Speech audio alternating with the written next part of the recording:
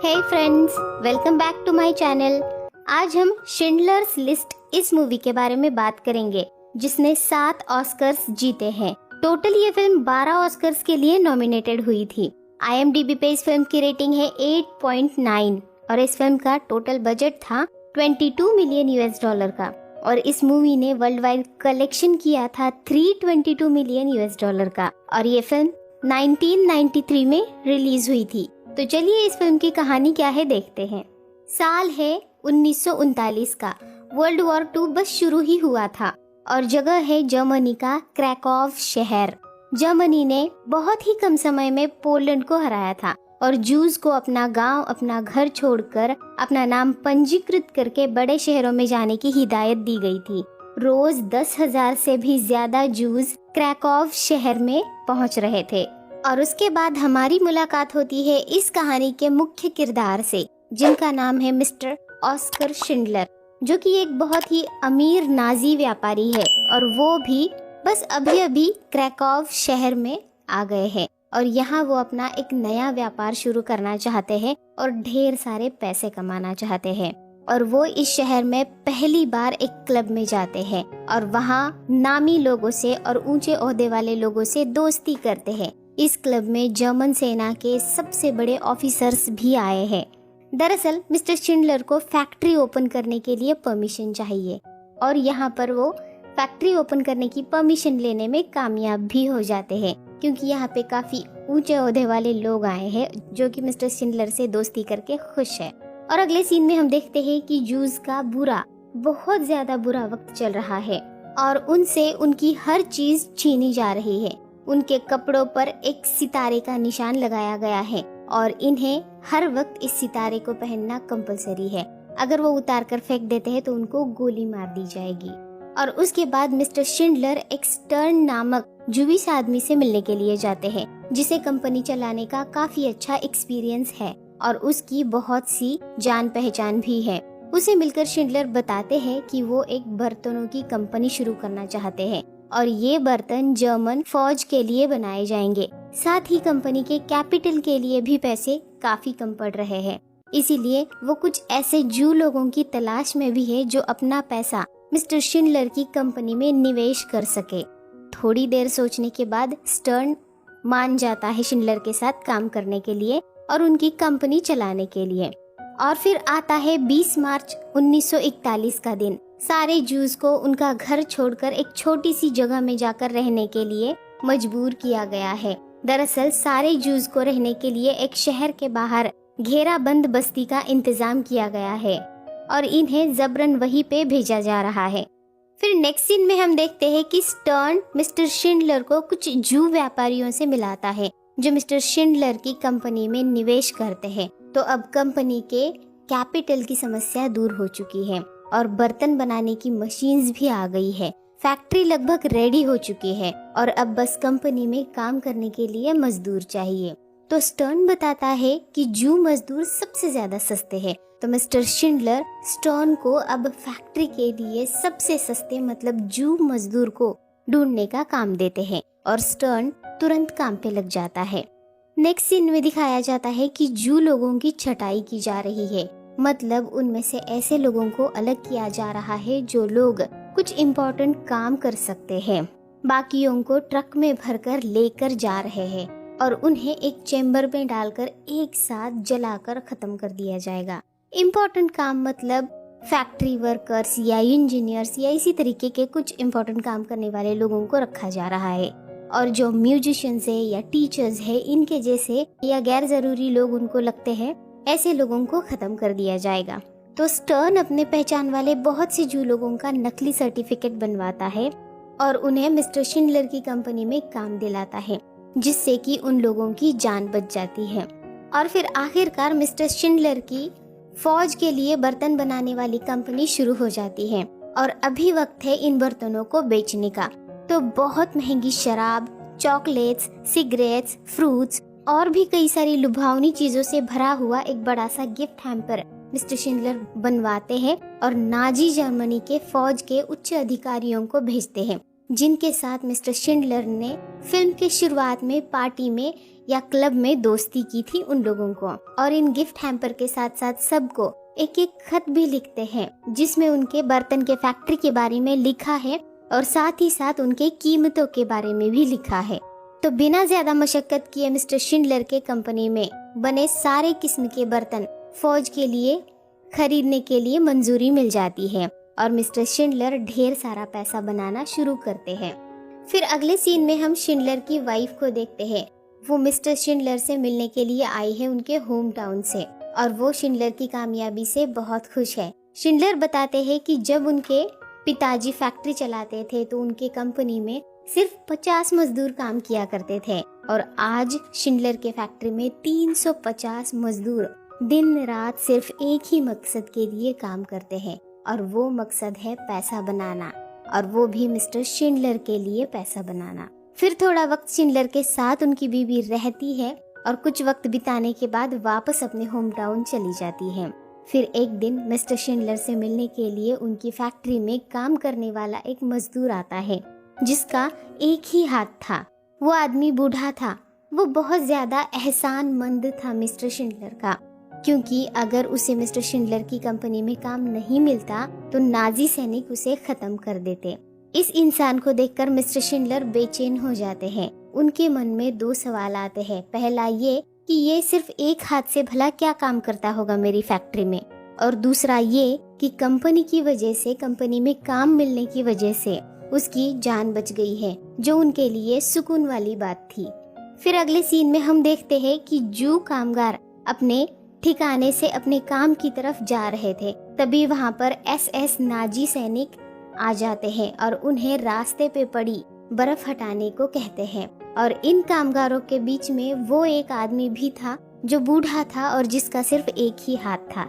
SS Nazi सैनिक उसे पकड़ लेते हैं। वो आदमी उन्हें समझाने की कोशिश करता है कि वो मिस्टर शिंडलर की कंपनी में बहुत इम्पोर्टेंट काम करता है, वो एक जरूरी कामगार है। लेकिन एसएस नाजी सैनिक उसकी एक नहीं सुनते और वहीं पर उसके सर में गोली मारकर उसे खत्म कर दिया जाता है। इस घटना का पता जब शिंडलर को चलता है तो मिस्टर शिंडलर बहुत बुरा और बेबस महसूस करते हैं अपने आप को। फिर अगले सीन में हम देखते हैं कि कुछ जू लोगों को ट्रेन में कहीं लेकर जा रहे हैं और उन्हें एक चेम्बर में लेकर जाकर एक साथ सभी को जलाकर खत्म कर दिया जाएगा। और उस ट्रेन में गलती से स्टर्न भी चढ़ गया था। दरअसल वो अपना वर्क कार्ड घर से लाना भूल गया था और इस कारण से उसे एक गैर जरूरी इंसान समझकर बाकी जूस के साथ मारने के लिए लेकर जा रहे थे। पर सही समय पर वहाँ पर मिस्टर शिंडलर पहुँच जाते हैं और स्टर्न को बचा लेते हैं। फिर एक दिन जूस की बस्ती में एक नया नाजी ऑफिसर आता है जिसका नाम है एमेन, और वो एक नया कंसंट्रेशन कैंप बना रहा है प्लाशो नाम की जगह पर, जहाँ लगभग 25 से 30 हजार मजदूर मतलब जूस रहेंगे। और वहीं पे पास में ही ऑफिसर एमेन के रहने के लिए एक बड़ा सा बंगलो भी बनाया जा रहा है। उस बंगलो में काम करने के लिए इसी कंसंट्रेशन कैंप की एक हेलन नाम की औरत को काम पर रखा जाता है। तभी वहाँ जो कंस्ट्रक्शन का काम चल रहा था वहाँ काम करने वाली एक इंजीनियर लड़की उस फाउंडेशन में गड़बड़ी होने की बात बताती है और कहती है कि इसे तोड़कर फिर से बनाना पड़ेगा। लेकिन ऑफिसर एमेन उसे गोली मारने के ऑर्डर्स देते हैं क्योंकि वो उससे बहस नहीं करना चाहते थे और वैसे भी जूस को अपनी बात रखने का भी कोई हक नहीं था उस समय पे। और उस लड़की को गोली मारने के बाद वो फाउंडेशन को तोड़कर फिर से बनाने का ऑर्डर देते हैं जैसा कि उस लड़की ने कहा था उनको। फिर आता है मार्च 13, 1943 का एक काला दिन, जिस दिन फिर से एक बार खून का खेल खेला जाता है और जूस की बस्तियों में जाकर उन सभी लोगों को मार दिया जाता है जो जरूरी कारागिर नहीं है, जिनके पास अपना जरूरी कारागिर होने का कार्ड नहीं है, और जिनके पास कार्ड है उनको बाजू में खड़ा करके बाकी सभी औरत, बच्चे, बूढ़े जू लोगों को गोली से एसएस के जवान खत्म कर देते हैं। बहुत सारे लोग छुपकर बचने की कोशिश करते हैं पर ज्यादातर मारे जाते हैं। बहुत कम ही खुशकिस्मत लोग होंगे जो उस दिन बच गए होंगे। और ये सारा मौत का मंजर मिस्टर शिंडलर ऊपर दूर पहाड़ी पर खड़े होकर देख रहे थे, पर वो कुछ भी नहीं कर सकते थे सिवाय तरस खाने के इन लोगों पे। ये तांडव देर रात होने तक चलता ही रहा और जो भी लोगों के पास जरूरी कारागिर होने का कार्ड था उन सभी को ट्रक्स में भरकर प्लाशो के कंसंट्रेशन कैंप में लेकर जाते हैं, जहां इनसे गुलामी करवाई जाएगी। और अब शिंडलर के सारे नौकर प्लाशो के कंसंट्रेशन कैंप में ले जाए गए हैं। इससे शिंडलर की फैक्ट्री बंद पड़ गई है और उनको नुकसान हो रहा है। इस कैंप में काम करने वाले सारे जूस को ऑफिसर एमेन अपनी बेडरूम के बालकनी से ही देख सकता है और वो इतना बेरहम था कि वहीं से वो गोली चलाकर मासूम जूस को खत्म करता है, जैसे वो लोग नहीं बल्कि उसका शिकार जानवर हो। फिर शिंडलर ऑफिसर एमेन से मिलने के लिए आता है और उससे डील करके अपने नौकरों को वापस ले जाने में कामयाब होता है, लेकिन ऑफिसर एमेन स्टोन को लौटाने से मना करता है और स्टोन को अपना पर्सनल अकाउंटेंट बनाकर रखता है। फिर प्लाशो की एक मेटल फैक्ट्री में, जो कि ऑफिसर एमेन के अंडर चलाई जाती है, वहाँ एक मजदूर को ऑफिसर एमेन मारने के लिए आता है, क्योंकि उस वर्कर ने मॉर्निंग से बहुत कम काम कर पाया था। उससे एक बार भी नहीं पूछा गया कि आखिर ऐसा क्यों हुआ। दरअसल उस वर्कर को दूसरे किसी काम में बिजी कर दिया गया था, इसीलिए वो अपना काम नहीं कर पाया था, तो उसे सजा के तौर पर सीधे मौत मिलने वाली थी। लेकिन ऐन वक्त पर ऑफिसर एमेन की गन खराब हो जाती है और उससे गोली ही नहीं चल पाती, इसीलिए उस वर्कर की जान बच जाती है। फिर अगले सीन में हम देखते हैं कि शिंडलर ऑफिसर एमेन से मिलने आता है कुछ तोहफे लेकर। तब वो स्टर्न से भी मिलता है वहाँ पर और स्टर्न शिंडलर से उस वर्कर के बारे में बात करता है जिसको एमेन मारने ही वाला था। और स्टर्न विनती करता है मिस्टर शिंडलर से कि उस वर्कर को अपनी फैक्ट्री में लेकर जाए और अगले सीन में वो वर्कर शिंडलर की फैक्ट्री में होता है। फिर अगले सीन में हम देखते हैं कि ऑफिसर एमेन जूस को एक मुर्गी चुराने के आरोप में मौत के घाट उतार रहा था। उस समय पर किसी की भी कुछ भी कहने की हिम्मत नहीं हो रही थी, लेकिन एक छोटा सा लड़का बताता है कि उस मरे हुए आदमी ने ही मुर्गी चुराई थी। और स्टर्न शिंडलर से इस लड़के को भी अपनी फैक्ट्री में लेकर जाने की विनती करता है और शिंडलर उस लड़के को तुरंत अपनी फैक्ट्री में लेकर जाता है। उसके बाद एल्सा क्राउस नाम की एक लड़की शिंडलर से मिलने के लिए आती है और वो एक जू है और उसके माँ बाप प्लाशो के कंसंट्रेशन कैंप में हैं, मतलब ऑफिसर एमेन के कैंप में हैं। वहाँ बूढ़े लोगों को मार दिया जा रहा है, उन्हें जंगलों में ले जाकर दफनाया जा रहा है। तो वो लड़की विनती करती है कि मिस्टर शिंडलर उन्हें उनकी फैक्ट्री में काम दिलाए। ये बात सुनकर मिस्टर शिंडलर उसे गुस्से से वहाँ से भगा देते हैं और जाकर स्टर्न को भी मिलते हैं और उसे भी बहुत डांटते हैं कि अगर बाहर लोगों के बीच में उनके और उनके कंपनी के बारे में ऐसी ही अफवाहें फैलती रही कि उनकी कंपनी एक आश्रय है, वहाँ पे जूस को जीवनदान मिलता है, तो जल्दी ही उनको ये सब कुछ छोड़ छाड़ के यहाँ से जाना पड़ेगा, उनकी कंपनी बंद पड़ जाएगी। ये सब उनकी कंपनी के लिए डेंजर है, रिस्क है। ये कहकर मिस्टर शिंडलर स्टर्न पे बहुत गुस्सा करते हैं। लेकिन अगले ही सीन में एल्सा के माता पिता मिस्टर शिंडलर की कंपनी में होते हैं। फिर एक रात मिस्टर शिंडलर मिस्टर एमेन के घर पार्टी के लिए आए थे और तब एमेन की नौकरानी हेलन से मिलते हैं, जो कि एक जू है। वो उससे बहुत गहराई से बात करना शुरू करते हैं। तब हेलन उन्हें बताती है कि एमेन उसे बहुत मारता पीटता है और ऑफिसर एमेन हेलन को सिर्फ इसलिए मारता है क्योंकि उसे कोई फर्क नहीं पड़ता। फिर ऑफिसर एमेन का बाथरूम एक जू लड़का साफ कर रहा था, लेकिन उस लड़के से बाथ टब के दाग निकल नहीं रहे थे, इसीलिए एमेन उस लड़के को गोली मारकर खत्म कर देता है। और इसी रात हेलन को भी बहुत ही बेरहमी से जानवरों की तरह पीटता है। और फिर हम देखते हैं कि मिस्टर शिंडलर का बर्थडे है और बर्थडे पार्टी हो रही है। वहाँ एक छोटी सी बच्ची और उसके साथ एक लड़की उनको जन्मदिन की बधाइयाँ देने के लिए पहुँच जाते हैं और दोनों भी जूस है और शिंडलर की फैक्ट्री में काम करती है। मिस्टर शिंडलर छोटी बच्ची को भी और बड़ी लड़की को भी किस करते हैं और ये देखकर सारे लोग शॉक हो जाते हैं, क्योंकि जूस के साथ किसी भी तरीके के संबंध बनाना गुनाह है इस समय पे। फिर नेक्स्ट सीन में हम देखते हैं कि कंसंट्रेशन कैंप में सारे बच्चों को उनकी माँओं से अलग कर दिया गया है, लेकिन कुछ बच्चे छुप गए हैं, जहाँ जगह मिली वहाँ छुप गए हैं। यहाँ तक कि टॉयलेट के गंदे टैंक में भी बच्चे छुपे हुए हैं। और फिर बहुत से बूढ़ों को और बहुत से ऐसे लोगों को जो ठीक से काम नहीं कर पा रहे थे, उनको एक ट्रेन में भरकर लेकर जा रहे हैं। इन सब को चेम्बर में डालकर ख़त्म कर दिया जाएगा। ट्रेन निकलने से पहले वहाँ मिस्टर शिंडलर आ पहुँचते हैं। मौसम गर्मी का है और उनसे ये गर्मी बर्दाश्त नहीं हो रही थी और ट्रेन में भी लोगों का बहुत बुरा हाल हो रहा था प्यास और गर्मी से। तो मिस्टर शिंडलर उन पे एक बड़े से आग बुझाने वाले पाइप से पानी का छिड़काव करते हैं और उन्हें थोड़ी सी राहत पहुंचाने की कोशिश करते हैं। लेकिन ये देखकर ऑफिसर एमन को कुछ खास अच्छा नहीं लगता। उसे तो लोगों को तड़पाने में मजा आता है। फिर अगले सीन में हम देखते हैं कि मिस्टर शिंडलर को गिरफ्तार कर दिया गया है, क्योंकि उन्होंने अपने जन्मदिन के मौके पर एक जू लड़की को किस किया था। और वहाँ से मिस्टर शिंडलर को बहुत जल्दी छोड़ भी दिया जाता है और उनको छुड़ाने वाला कोई और नहीं बल्कि ऑफिसर एमन है। फिर एक दिन शिंडलर देखते हैं कि पूरे शहर का आसमान राख और काले धुएं से ढका हुआ है। वो समझ नहीं पा रहे हैं कि क्या हो रहा है, इसीलिए वो पता लगाने के लिए जाते हैं। तो उन्हें पता चलता है कि ऑफिसर एमन को ऑर्डर्स मिले हैं कि अभी तक शहर में जितने भी जूस के हत्याकांड हुए हैं और उसमें मरे हुए लोगों की जितनी भी लाशें हैं, उन सभी लाशों को खोद कर निकाल कर जलाना है। तकरीबन 10,000 से भी ज्यादा जूस की लाशों को इस दिन जलाया जाता है।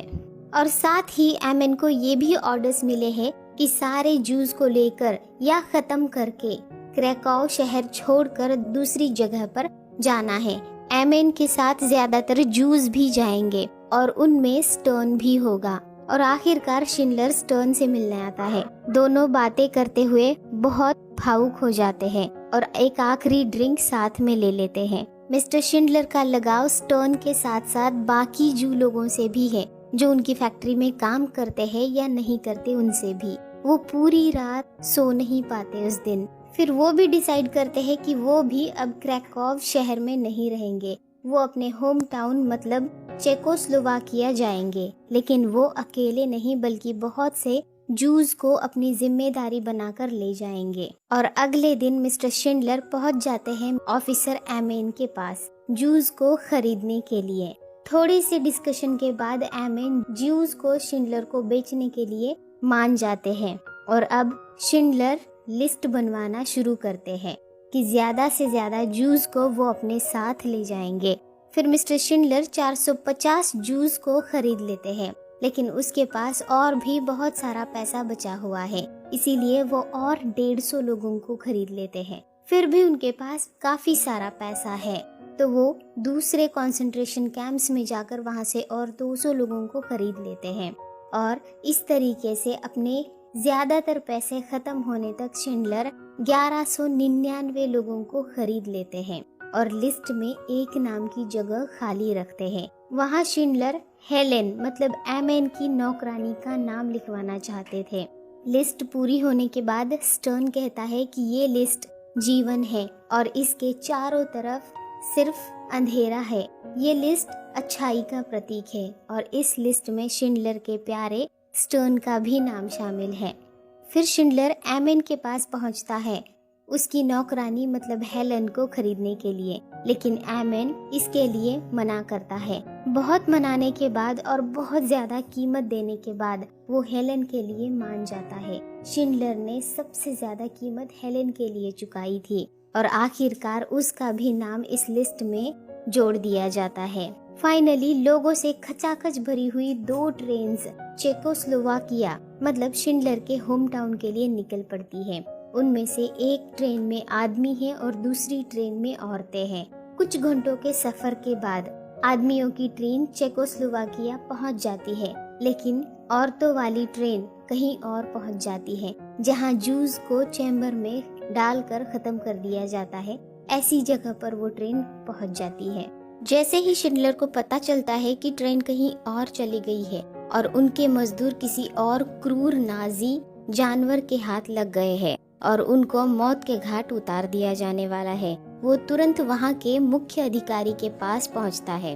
पहले तो वो अधिकारी शिंडलर से मजदूर देने से मना करता है, पर हीरे देखने के बाद मान जाता है और कहता है कि आपको ये मजदूर तो नहीं, लेकिन दूसरे मजदूर जो हट्टे खट्टे हैं वो मैं आपको दे दूंगा। शिंडलर उसी के मजदूर की मांग करता है और फिर भारी कीमत चुकाने के बाद उसे उसी के मजदूर मिल जाते हैं और फाइनली सारी औरतें और बच्चे भी पहुंच जाते हैं शिंडलर के होम टाउन में, जहां शिंडलर ने नया व्यापार शुरू किया है तोफ के गोले बनाने का। और यहाँ हम फिर से शिंडलर की वाइफ से भी मिलते हैं, जो अपने पति को अपने साथ हमेशा के लिए पाकर बहुत खुश है। पर युद्ध सामग्री परिषद से शिंडलर को लेटर मिलता है कि उनका सारा सामान क्वालिटी कंट्रोल में फेल हो चुका है और उन्होंने इनका पेमेंट भी रोक दिया है। शिंडलर की ये तोफ के गोले बनाने की फैक्ट्री 7 महीनों तक चली, लेकिन बिल्कुल उत्पादन रहित।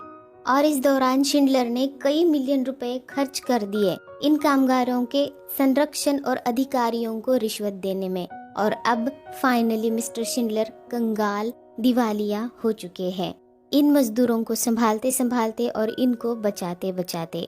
फिर अचानक एक दिन रेडियो पर मैसेज आता है कि जर्मनी ने सोवियत संघ के आगे हार मान ली है और आज रात से जंग खत्म हो जाएगी। लेकिन उससे पहले सारे जूस को खत्म करने के भी ऑर्डर्स दिए गए थे। मिस्टर शिंडलर अपने सभी कामगारों को इकट्ठा करते हैं और तभी वहाँ नाजी सैनिक भी आ जाते हैं, जिनको इन जूस को खत्म करने के ऑर्डर्स मिले थे। और उनसे शिंडलर कहते हैं कि आज रात 12 बजे के बाद सभी लोग आजाद होंगे। आप अपने घर पर एक खूनी हत्यारे कातिल बनकर जाना चाहते हैं या फिर एक इंसान बनकर अपने परिवार के पास जाना चाहते हैं। इस तरह से काफी भावुक संदेश देने के बाद सारे नाजी सैनिक वहां से बिना किसी को मारे चले जाते हैं और बाद में शिंडलर और सभी वर्कर्स उन बेशुमार शहीदों और अपने मृत साथियों की याद में 3 मिनट का मौन रखते हैं। और आखिरी वक्त में उनकी फैक्ट्री का एक वर्कर ने, जिसने अपने दांतों में सोना छुपा कर रखा था, उसे पिघलाकर वो सब लोग शिंडलर का शुक्रिया अदा करने के लिए उनके लिए एक अंगूठी बनाते हैं। जब ये अंगूठी सभी की ओर से शिंडलर को दे रहे थे, तब स्टर्न कहता है, जिसने एक जान बचाई उसने सारी दुनिया को बचा लिया। और सभी वर्कर्स मिलकर उनके लिए एक खत भी लिखते हैं। अब शिंडलर का जाने का समय हो चुका था। तब शिंडलर बहुत भावुक हो जाता है और अपने आप को कोसने लगता है कि काश मैंने थोड़े और पैसे कमा लिए होते तो मैं कुछ और जाने बचा सकता था, पर मैं ऐसा नहीं कर पाया। तब स्टर्न कहता है कि अगली कई पीढ़ियां सिर्फ आप ही की देन होंगी। और फाइनली बहुत से जूस की मौत का गम लेकर मिस्टर शिंडलर उनसे अलविदा लेते हैं। और फिर अगली सुबह की किरण निकलती है और अपने साथ संदेशा ले आती है कि आप सभी लोगों को सोवियत फौज ने आजाद कर दिया है, जहाँ चाहो आप जा सकते हो।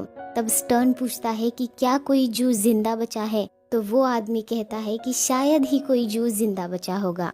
और इस तरीके से मिस्टर शिंडलर ने 1200 जूस को मौत के मुंह से बचाया था और आज भी उन जूस को शिंडलर के जूस कहा जाता है। आज 6000 से भी ज्यादा शिंडलर जूस के वंशज है। इस फिल्म की कहानी आपको कैसी लगी मुझे कमेंट करके जरूर बताइए। ऐसी ही अच्छी फिल्मों की स्टोरीज के लिए चैनल को लाइक करिए, सब्सक्राइब करिए और अपने फ्रेंड्स के साथ शेयर करिए। And finally thanks for watching. Bye bye.